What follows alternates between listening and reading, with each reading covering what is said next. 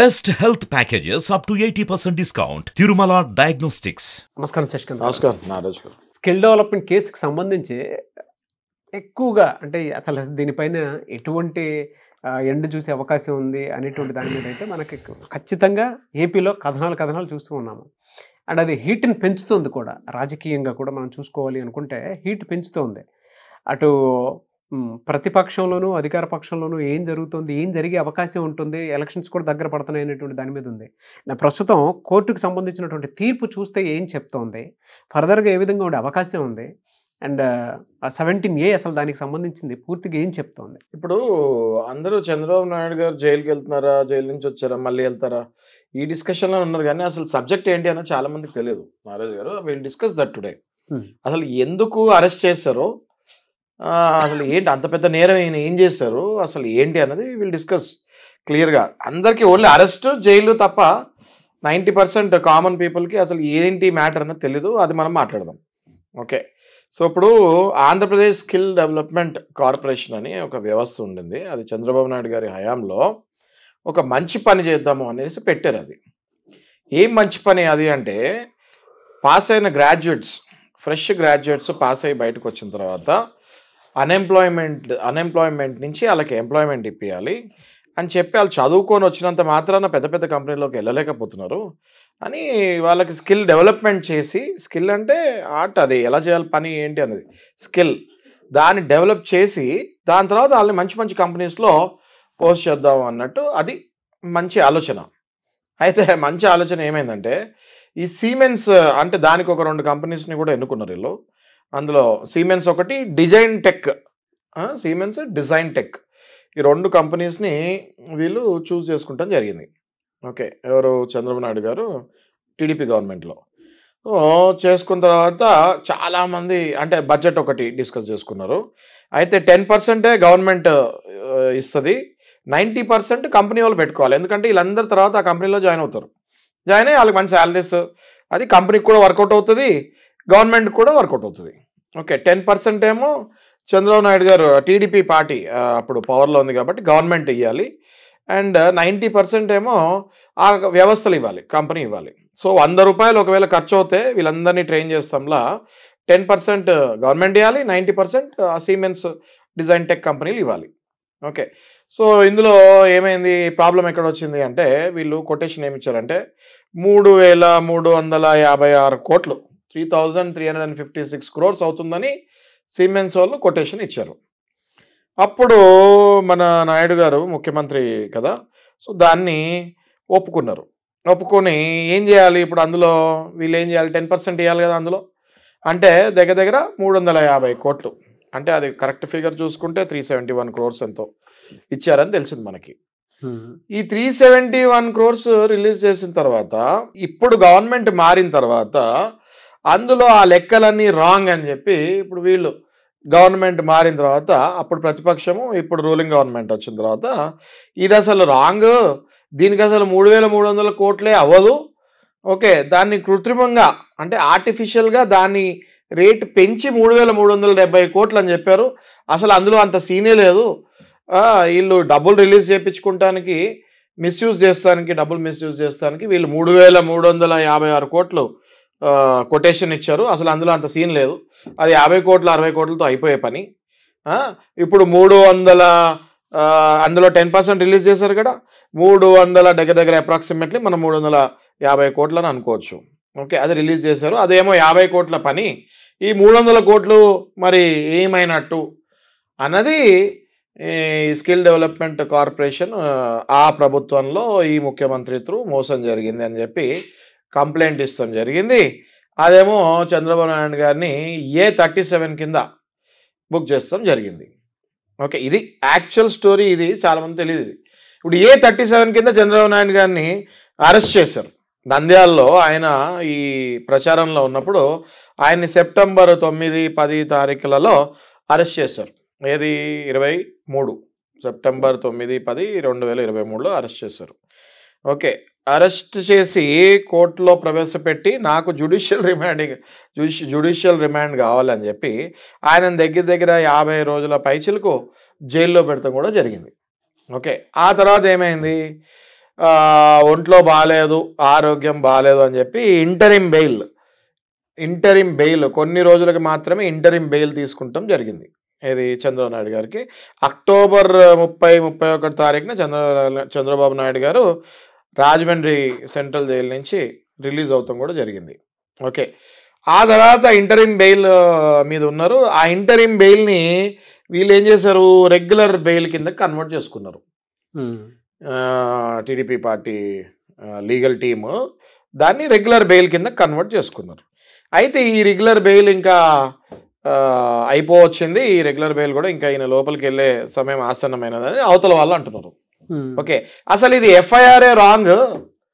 Okay, ఎఫ్ఐఆర్ఏ wrong, ఇది దీన్ని కొట్టేస్తామని చెప్పి టీడీపీ పార్టీ వాళ్ళు ఏం చేశారంటే చంద్రబాబు నాయుడు గారి గురించి హైకోర్టులో ఎఫ్ఐఆర్ క్వాష్ పిటిషన్ అని సిఆర్పిసి 482 ఒకటి ఉంటుంది.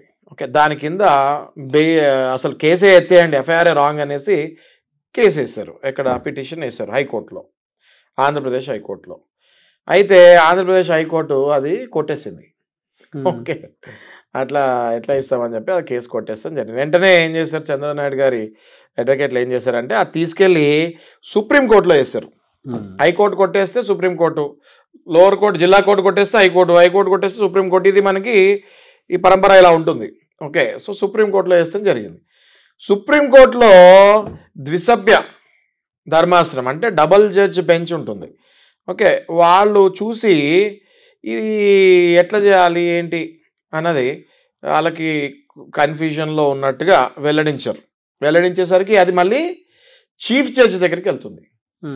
ఇవాళ రేపో నాకు తెలిసి ఇవ్వాలి అనుకుంటా, చంద్రబాబు నాయుడు గారి చీఫ్ జస్టిస్ దగ్గరికి వెళ్తుంది. ఆంధ్రప్రదేశ్ చీఫ్ జస్టిస్ గారి దగ్గరికి ఇవాళ వెళ్తుంది. అందరూ ఉత్కంఠతో వెయిట్ చేస్తున్నారు, ఏం చేస్తారు ఈ క్వాష్ పిటిషన్ని అని. ఓకే, యాజ్ ఏ అడ్వకేట్ నేను కొట్టారని అనుకుంటున్నాను. ఓకే, ఎందుకంటే హైకోర్టు లేదు అంటే అందులో రసం ఉంది. ఓకే, సుప్రీంకోర్టు కూడా నా అంచనాల ప్రకారం 90% పాజిటివ్ రాదు. ఓకే, అది నేను భావిస్తున్నాను, అది నా ఒపీనియన్ అది. సో ఇందులో చంద్రబాబు నాయుడు గారు అసలు ఏ సెక్షన్ మీద ఈయన వెళ్తున్నారు అన్నది చూస్తే అందులో సెక్షన్ 17A కింద చంద్రబాబు నాయుడు గారు అసలు ఎందుకు క్యాష్ చేయమంటారు అంటే సెక్షన్ 17A యాంటీ కరప్షన్ లా కింద prior permission has to be taken by the competent authority from the police side అని ఒకటి ఉంటుంది. అంటే prior permission has to be taken from the competent authority by the police అని ఉంటుంది. అంటే చంద్రబాబు నాయుడు ముఖ్యమంత్రి గారు కాబట్టి అప్పట్లో ఈయనకి కాంపిటెంట్ అథారిటీ అంటే రాష్ట్రానికి ఎవరయ్యా హెడ్ అనుకుంటే గవర్నర్, కాన్స్టిట్యూషనల్ హెడ్. దేశానికి ఎవరు కాన్స్టిట్యూషనల్ హెడ్ అంటే ప్రెసిడెంట్. సో చంద్రబాబు నాయుడు గారి లాయర్ అనేది ఏంటి అంటే కాంపిటెంట్ అథారిటీ అంటే ముఖ్యమంత్రి గారు కాబట్టి ఆయన అప్పట్లో గవర్నర్ గారిని పర్మిషన్ తీసుకొని నేను అరెస్ట్ చేయాలి, ఈ కేసు చెల్లుబాటు కాదు అనేసి అన్నారు. కానీ నేనేమంటారా అంటే అది అప్పుడు కదా ముఖ్యమంత్రి, ఇప్పుడు కాదు కదా ముఖ్యమంత్రి అని నేను అంటున్నాను. ఓకే, సో ఇందులో టెక్నికాలిటీస్ చాలా ఉంటాయి. ఒక్కొక్క లాయర్ దాన్ని ఒక్కొక్క యాంగిల్లో నుంచి చూస్తారు. మళ్ళీ ఇవన్నిటిని కలిపి జడ్జి గారు ఒక యాంగిల్ నుంచి చూస్తారు. ఓకే, సో ఇవాళ I think it is in the court. 90% రాకపోవచ్చు అని నా ఒపీనియన్ అది, but we have to wait and see. Okay, మీరు ఇందాక అన్నట్లు మీ టెక్నికల్ పాయింట్ ఆఫ్ వ్యూ నుంచి చూసినప్పుడు దీంట్లో లూపోల్స్ ఏమున్నాయని మీరు అనుకుంటున్నారండి? ఇందులో అండి ఇప్పుడు 336 crores 370 crores వీళ్ళు రిలీజ్ చేశారు బేసిక్లీ. ఓకే, దీని కొటేషన్ ఎంత ఇచ్చారు? 3,356 కోట్ల కొటేషన్ ఇచ్చారు స్కిల్ డెవలప్మెంట్కి. నిజంగానే 3,356 కోట్లు స్కిల్ డెవలప్మెంట్కి అవుతుందా లేదా అన్నది అవతల వాళ్ళు కేసు వేసిన వాళ్ళు ఒక అవగాహనకు వచ్చి వేసి ఉంటారు డెఫినెట్లీ. అది నెంబర్ 1 పాయింట్. వీళ్ళు ఏం చేశారు, 300 చిల్లర కోట్లు ఆల్రెడీ రిలీజ్ చేస్తారు. ఓకే, వాళ్ళు కొటేషన్ ఇస్తాము, వీళ్ళు రిలీజ్ చేస్తాము, రెండు కూడా చకా అయిపోయినాయి. ఓకే, చకా రెండు అయిపోయినప్పుడు ఏమవుతుందంటే ఇప్పుడు అప్పట్లో అపోజిషన్ పార్టీ, ఇప్పుడు రూలింగ్ పార్టీ కాబట్టి వాళ్ళు డీటెయిల్స్ ఇప్పుడు అన్నీ తీయచ్చు. అప్పట్లో అంటే వాళ్ళకి దొరికేవి కాకపోయి ఉండొచ్చు. బట్ ఇప్పుడు రూలింగ్ పార్టీ కాబట్టి నిజంగానే 3,500 కోట్లు అవుద్దా అసలు ఈ కార్యక్రమానికి? అందులో 10% అంత తొందరగా రిలీజ్ చేస్తారు వీళ్ళు అంటే ఎవరు లబ్ధి పొందుతున్నారు ఇందులో అన్నది వాళ్ళంతా ప్రాపర్ గ్రౌండ్ వర్క్ చేసి వేసి ఉంటారని నేను అనుకుంటున్నాను as a advocate. Okay. And ఇంకోటి, హైకోర్టు కూడా క్వాష్ రిజెక్ట్ చేసిన తర్వాత ఏదైనా కూడా జ్యుడిషియరీ సిస్టంలో ఎలా ఉంటుందంటే, హైకోర్టు కూడా ఒక స్టేట్కి ఎపెక్స్ కోర్ట్, అది ఒక రాష్ట్రానికి హైయెస్ట్ కోర్ట్ ఏదైనా ఉందా అంటే అది హైకోర్టే. ఓకే. హైకోర్టు అంత ఈజీగా కొట్టేసింది ఇది క్వాష్ పిటిషన్ని అంటే, సుప్రీంకోర్టు కూడా హైకోర్టులో కూడా మంచి మంచి న్యాయమూర్తులే ఉంటారు, మరి వాళ్ళు వెల్ ఎక్స్పీరియన్స్ న్యాయమూర్తులు ఎందుకు కొట్టేశారు అన్నది ఆలోచిస్తారు. 90% ఆఫ్ ద కేసెస్ హైకోర్టు ఇచ్చిందే కరెక్ట్ అని భావిస్తారు సుప్రీంకోర్టు. ఆ 10%లో ఏమైనా అక్కడేమైనా మళ్ళీ ఏమైనా మిస్యూజ్ జరిగిందా, లేదంటే న్యాయమూర్తి గారు ఏదైనా పాయింట్ విస్మరించారా అన్నదే సుప్రీంకోర్టు చూస్తుంది. ఓకే. సో ఇందులో అన్ని పాయింట్స్ రకంగా చూసుకుంటూ ఉంటే అంత ఈజీగా క్వాష్ కాదని నేను ఒక నిర్ధారణకు వస్తున్నాను యాజ్ అడ్వకేట్. సరే, అంటే జనరల్ అడ్వకేట్లు అని కాకుండా కామన్ సిటిజన్లా చెప్పండి, ఓవరాల్గా ఈ కేసుకి సంబంధించింది కానివ్వండి, ఏపీ పాలిటిక్స్ని కానీ మనం మాట్లాడుకోవాలి అనుకుంటే అక్కడ రచ్చ అయితే అవుతుంది, అండ్ ప్రతిదీ ఉత్కంఠలానే ఉంది, అసలు ఏం జరుగుతుంది ఏంటనే దాని మీద. ఈ పాయింట్ ఆఫ్ వ్యూ నుంచి చూసేటప్పుడు ఒకవేళ మీరు ఇందాక చెప్పినట్లు సుప్రీంకోర్టు మాత్రం ఈ విధంగా తీర్పిస్తే సో చేసేదేం లేదనే దాని మీదే అన్నారు మీరు ఇందాక. మీ ఒపీనియన్ ఏంటి సార్ అసలు ఏపీ పాలిటిక్స్ మీద? అంటే నాగరాజు గారు, అడ్వకేట్ లాగా అయినా అడ్వకేట్ కాకపోయినా నేను కూడా సిటిజనే కాబట్టి I have every right to discuss about elections also, politics also. ఇప్పుడు ఈయనకి ఒకవేళ క్వాష్ అవ్వకుండా విరుద్ధంగా జడ్జిమెంట్ వచ్చినా, లేకపోతే మళ్ళీ ఒకవేళ చంద్రబాబు నాయుడు గారు జైలుకి వెళ్ళే అవసరం వచ్చినా, ఇందులో ఏమవుతుంది అంటే బేసిక్గా ఈ టైంలో సింపతి అన్నది డెఫినెట్గా గెయిన్ అవుతుంది. ఆల్రెడీ లాస్ట్ టైం ఆయన జైలుకి వెళ్ళినప్పుడు డెఫినెట్గా ఆయనకు సింపతి గెయిన్ అయింది. ఆయన ఎంత కాదన్నా of course is the creator of the software in Hyderabad. ఎంతోమంది సాఫ్ట్వేర్ ఇంజనీర్లు ఆంధ్ర నుంచి కానివ్వండి, తెలంగాణ నుంచి కానివ్వండి, బెంగళూరులో ఉన్న వాళ్ళు కానివ్వండి, ప్రపంచవ్యాప్తంగా ఆ సపోర్ట్ ఆయనకు, ఆ సింపతి అప్పుడు క్రియేట్ అయింది, మనం అందరం చూసాం. రైట్. సో వాళ్ళు ఒక చైన్ లాగా ఫామ్ అయ్యే ఛాన్స్ అయిపోయారు కూడా వాళ్ళు. ఓకే. ఒకవేళ మళ్ళీ ఈ టైంలో ఏమైనా విరుద్ధంగా వస్తే డెఫినెట్గా అది ప్లస్ పాయింట్ ఫర్ టీడీపీ అని నాకు అనిపిస్తుంది. ఓకే.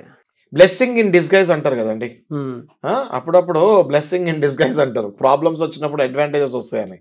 అట్లా చంద్రబాబు నాయుడు గారి పరిస్థితి ఉంది. డెఫినెట్గా చంద్రబాబు నాయుడు గారి అడ్వాంటేజ్ అవుతుంది, సెంటిమెంట్ వైజ్ జగన్ గారికి డిసడ్వాంటేజ్ అవుతుంది. ఒకవేళ మళ్ళీ జైలుకి వెళ్ళాల్సిన అవసరం వస్తే ఆ విధంగా అయ్యే అవకాశం ఉంటుంది. 100% అండి, 100%. అండ్ ఇంకోటి నాగరాజు గారు, ఇప్పుడు ఏజ్ రీత్యా చూసుకున్నా కూడా మన నాయుడు గారు ఈజ్ 70+. ఇప్పుడు అసలు ఈ పాలిటిక్స్, ముఖ్యమంత్రి ఇవన్నీ తీసేసినా కూడా ఏ వ్యక్తి అయినా 70 ఏళ్ళు పైబడిన వయసున్న వ్యక్తిని జైల్లో వేస్తున్నప్పుడు ఆటోమేటిక్గా అది ఒకవేళ నేరం చేసినా చేయకపోయినా సింపతి అనేది common as a human nature, అవునా కదా? సో ఆ రకంగా చూసుకున్నా కూడా చంద్రబాబు నాయుడు గారికి డెఫినెట్గా సింపతి గెయిన్ అవుతుంది. 100% ఎలక్షన్స్లో ఇది చాలా కీలకమైన పాత్ర అవుతుందని నేను భావిస్తున్నాను. చూద్దాం ఏ విధంగా ఉంటుంది. Anyways thank you so much Shashikanth గారు. Thank you.